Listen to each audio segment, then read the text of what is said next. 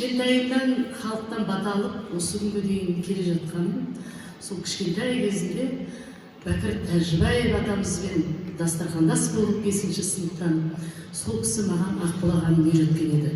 Сондықтан да осы өңірдің азаматы марқұм Бәкір Әлиянында жазған өлеңін Бәкір Тәжібаев атамыз сол кісінің әруағы разы болсын деп Ақбұлақ деген әнін табады.